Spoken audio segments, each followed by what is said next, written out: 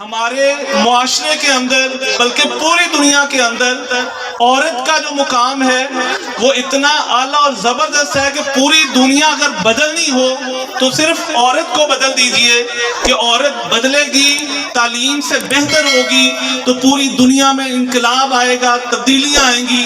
کیونکہ دیکھیں ہمارے گھروں کا ماحول ایسا ہو چکا ہے کہ بچے موبائل پر بزی ہوتے ہیں، سارا دن موبائل دیکھتے ہیں، اور اگر انہیں روک سکتے ہیں تو کون؟ آپ بتائیں گے انہیں کون روک سکتے ہیں؟ مائیں بہنیں روک سکتی ہیں۔ بچے گھروں میں جو شرارتیں کرتے ہیں، جو ابیوز کرتے ہیں ایک دوسرے کو، پیرنٹس انہیں روک بھی سکتے ہیں اور ہمیں بھی بتا سکتے ہیں۔ تو میں اپنے ٹیچر سے بھی کہتا ہوتا ہوں، اپنے پیرنٹس جو ہمارے آتے ہیں ان سے بھی کہتا ہوں کہ آپ ہمارا ساتھ دیں تاکہ ہم بچوں کی نشو و نما کر سکیں، ان کی اصلاح کر سکیں۔ تو یہاں پہ اب آپ کو دو چار باتیں بتاؤں گا کہ دیکھیں اگر آپ عورتیں ہیں اور آپ بہن بننا چاہتے ہیں تو آپ پھر بہن بنے فاطمہ جناح کی طرح، کہ ایسی بہن جس نے محمد علی جناح کو قائد اعظم بنا دیا تھا۔ اگر آپ عورتیں ہیں، اگر آپ مائیں بننا چاہتی ہیں تو مائیں بنے فرید الدین گنج شکر رحمۃ اللہ علیہ کی طرح، کہ ان کی والدہ نے اپنے بیٹے کے اندر نماز کا شوق پیدا کرنے کے لیے ان کے جائے نماز کے نیچے شکر رکھی اور شکر رکھتی رہی تاکہ میرا بیٹا نمازی بن جائے۔ اگر آپ ماؤں کا کردار ادا کرنا چاہتی ہیں تو پھر امام محمد بن اسماعیل بخاری کی طرح بنے، کہ سنیں کہ امام محمد بن اسماعیل بخاری رحمۃ اللہ علیہ بچپن میں تھے، نابینا ہو گئے، اور جب نابینا ہوئے بینائی چلی گئی تو اس وقت مشہور و معروف ڈاکٹر سے ان کا علاج کروایا گیا۔ ہر اسپیشلسٹ کے پاس گئے، آئی اسپیشلسٹ جسے آپ کہتے ہیں ان کے پاس گئے، لیکن ان کی آنکھوں کا علاج نہ ہوا۔ جب ہر طرف سے مایوس ہو گئے تو ان کی والدہ عبادت گزار خاتون تھی، اللہ کے حضور گر گڑانے لگی، رونے لگی، اور اتنا روئیں اپنے بیٹے کی بینائی کے لیے کہ ایک دفعہ جب سو گئیں تو سونے کے بعد ایک نبی، روایت میں ہے کہ حضرت ابراہیم علیہ السلام انہیں خواب میں آئے اور آ کر انہیں بشارت دی کہ اے بی بی، تمہاری دعاؤں کو اللہ نے قبول کر لیا ہے اور تمہارے بیٹے کی بینائی واپس کر دی ہے۔ جب وہ صبح اٹھی تو کیا دیکھتی ہیں کہ ان کے بیٹے کی بینائی بالکل ٹھیک ہو چکی تھی اور ان کے بیٹے کی بینائی واپس آ چکی تھی۔ تو ایسی مائیں بنے، اگر آپ نے مائیں بننا ہے تو آپ ایسی مائیں بنے کہ جو شیخ عبد القادر جیلانی جیسے بیٹے پیدا کرتے ہیں، کہ ان کے کپڑوں کے اندر سکے اشرفیاں سی کر دیتے ہیں اور ساتھ اپنے بیٹے کو کہتے ہیں کہ بیٹا جھوٹ نہیں بولنا، چاہے جو کچھ مرضی ہو جائے۔ ڈاکو آتے ہیں، لوٹتے ہیں، اور وہ سچ بولتا ہے کہ میرے پاس اشرفیاں ہیں۔ لیکن ہم دیکھیں کہ ہم اپنے بچوں کی اصلاح کیسی کر رہے ہیں۔ ہم اپنے بچوں کو ٹک ٹاکرز بنا رہے ہیں، ہم اپنے بچوں کو ایکٹرز بنا رہے ہیں، ہم اپنے بچوں کو آوارہ گردی کا سبق سکھا رہے ہیں، ہم اپنے بچوں کو موبائل دے کر اپنی تہذیب سے دور کر رہے ہیں۔ میں پیرنٹ سے کہتا ہوتا ہوں کہ مجھے بتائیں کہ جب آپ ایک گندم کا دانہ بیجیں گے تو وہاں سے گندم ہی نکلے گی، اور اگر آپ کوئی جڑی بوٹی کہیں پر لگائیں گے تو وہاں سے ویسی ہی فصل نکلے گی۔ ہم کیسے ہیں کہ ہم اپنے بچوں کو موبائل دیتے ہیں، لیپ ٹاپ اور پتہ نہیں کیا کیا دکھاتے ہیں، اور پھر ہم یہ امید کر رہے ہوتے ہیں کہ ہمارا بیٹا ڈاکٹر بنے گا، ہمارا بیٹا انجینئر بنے گا، ہمارا بیٹا فلاسفر بنے گا، سائنٹسٹ بنے گا۔ جب ہم ان کی بنیاد ہی غلط رکھ رہے ہوتے ہیں تو پھر اتنی اچھی امیدیں ہم کیوں وابستہ کرتے ہیں؟ تو آج ہم سارے یہاں پر موجود اسی سوچ کے ساتھ یہاں سے جائیں گے کہ اگر کچھ بدلنا ہے تو پہلے ہمیں اپنی تہذیب بدلنی ہوگی، اپنی سوچ بدلنی ہوگی، اپنے انداز بدلنے ہوگے، اور جب یہ سب بدلیں گے تو پھر تبدیلی آئے گی۔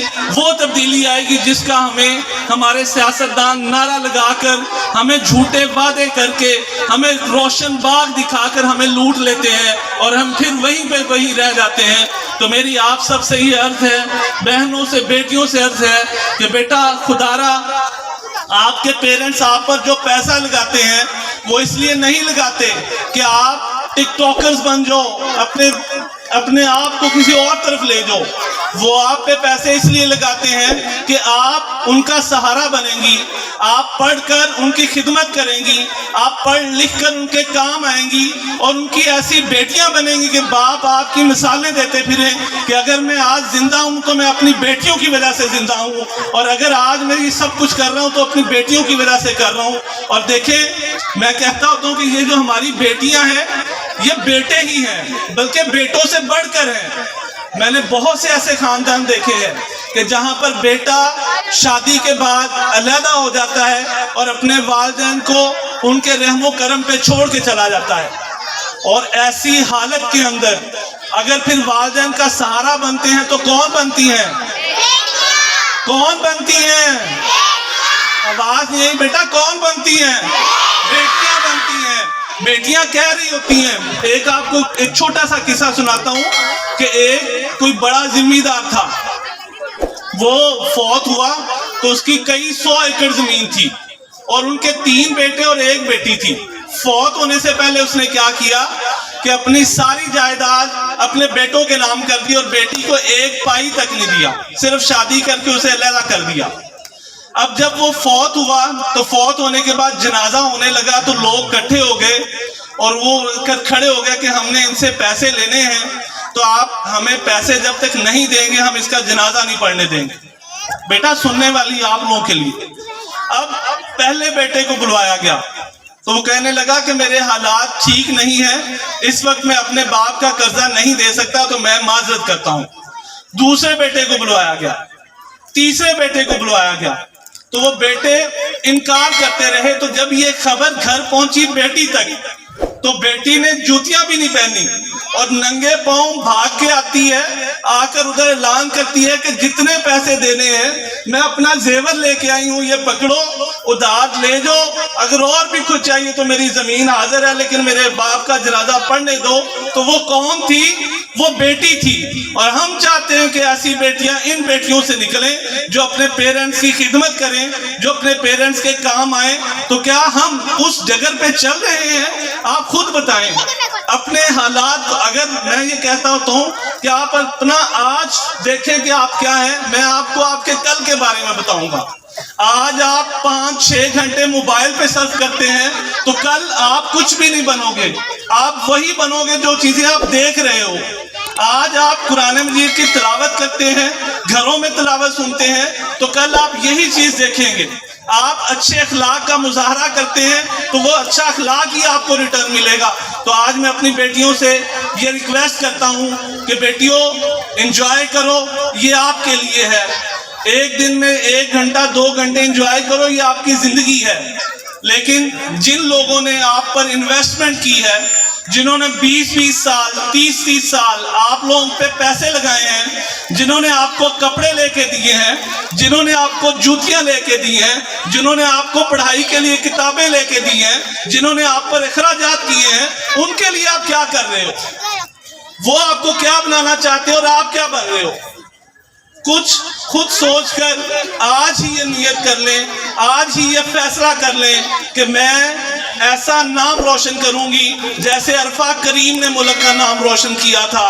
میں ایسے نکلوں گی کہ لوگ کہیں گے کہ واقعی کسی کی بیٹی ہے, کسی ادارے سے پڑھ کر نکلی ہے. تو کیا آپ وعدہ کرتے ہیں؟ اچھا, مجھے یہ لگتا ہے کہ صرف یہ بچے وعدہ کرتے ہیں, بیٹیوں کو فکر نہیں ہے. تو بیٹیوں وعدہ کرتی ہو کس چیز کا؟ یہ وعدہ کرتے ہیں کہ انشاءاللہ ہم اپنی محنت سے اپنے والدین کے خوابوں کو حقیقت کا رنگ پہنائیں گے. اور میں جب بھی بیٹیوں کے سامنے کھڑا ہوتا ہوں تو ایک ہی شعر بولتا ہوں, اور وہ شعر صرف یہی ہے کہ تم نہ بدلو تو وہ الگ ہے, زمانہ سارا بدل رہا ہے. تم نہ بدلو تو وہ الگ ہے, زمانہ سارا بدل رہا ہے. گلاب پتھر پہ کھل رہے ہیں, چراغ آندھی میں جل رہا ہے.